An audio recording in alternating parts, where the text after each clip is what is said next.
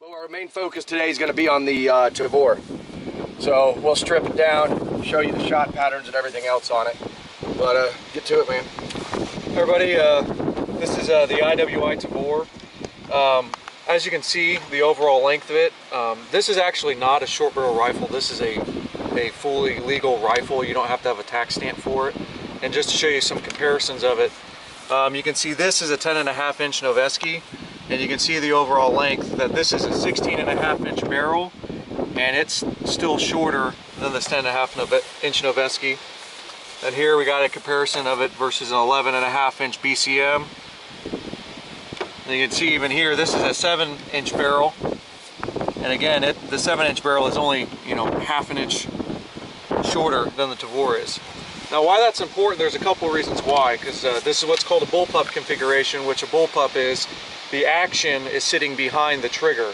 As you can see, a standard AR, the action is in front of the trigger. With a bullpup, it sits behind.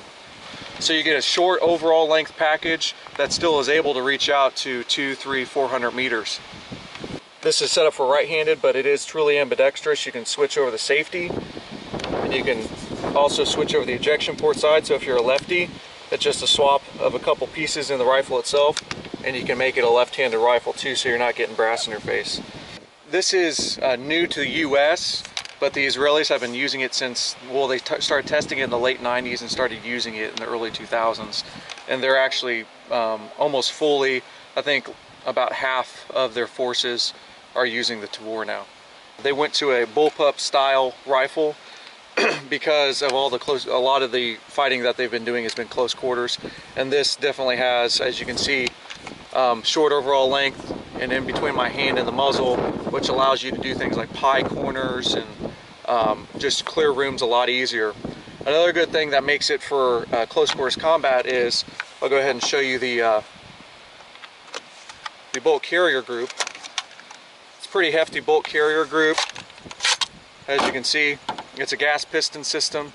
But part of the reason why this is good for close quarters is because all this weight, while it is heavier than some AR variants, all that weight is sitting back here. So what that allows you to do is to do one-handed operations like opening a door, or even if you have to shoot one-handed, you don't have the added weight in front of the trigger guard, so you can actually sit there. Or if you had to watch down an alleyway or something of that nature, you could sit there with one hand for a lot longer than you could with an AR having all that weight out front. But we're going to go ahead and take it on the range and shoot it. Alright, so with the bullpup design and the Tavor, the manual arms and the operation of it is a little bit different than an AR, so we're going to kind of go over some of the differences and how to do it. So typically you'd have a magazine release on an AR sitting up here, but on the Tavor it's back here, which it's fully ambidextrous. So let's say that your magazine's dry. We're going to go over a quick mag change real quick. So let's say your magazine's dry, you're shooting.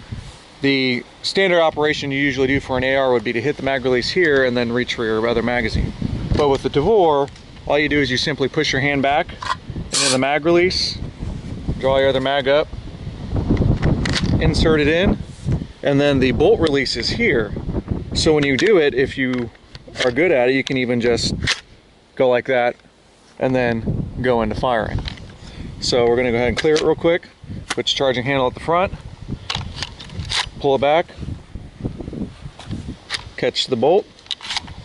So we're going to go ahead and go about 50-60% and just do a mag change and show you the differences between it and an AR.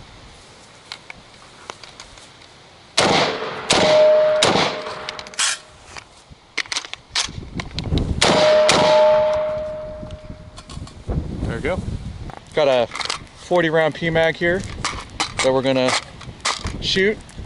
And we taped the GoPro camera here on the front of the rifle just to kind of have some fun, dump 40 rounds through the rifle so you can see it's functioning, and also so you can get an idea of the recoil impulses and how it handles.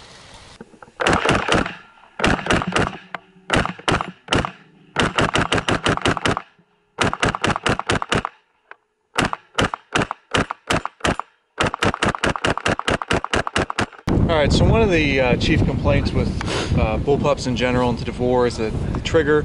The Tavor is better than, say, like some of the Styrogs and stuff because the linkage pulls on the sear as opposed to pushing on it.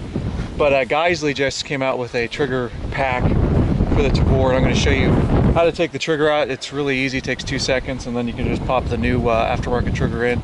And the Geisley, it's the Super Sabra, and it's a heck of a lot better than, far superior to the factory trigger. So you can see 2 self-captured pins. Use a pointed object, a bullet, pop the pins out like this, pull the pins, and then the trigger pack pops out. And that's the Geisley Super Sabra. It's with the trigger pull, it's about 5 pounds.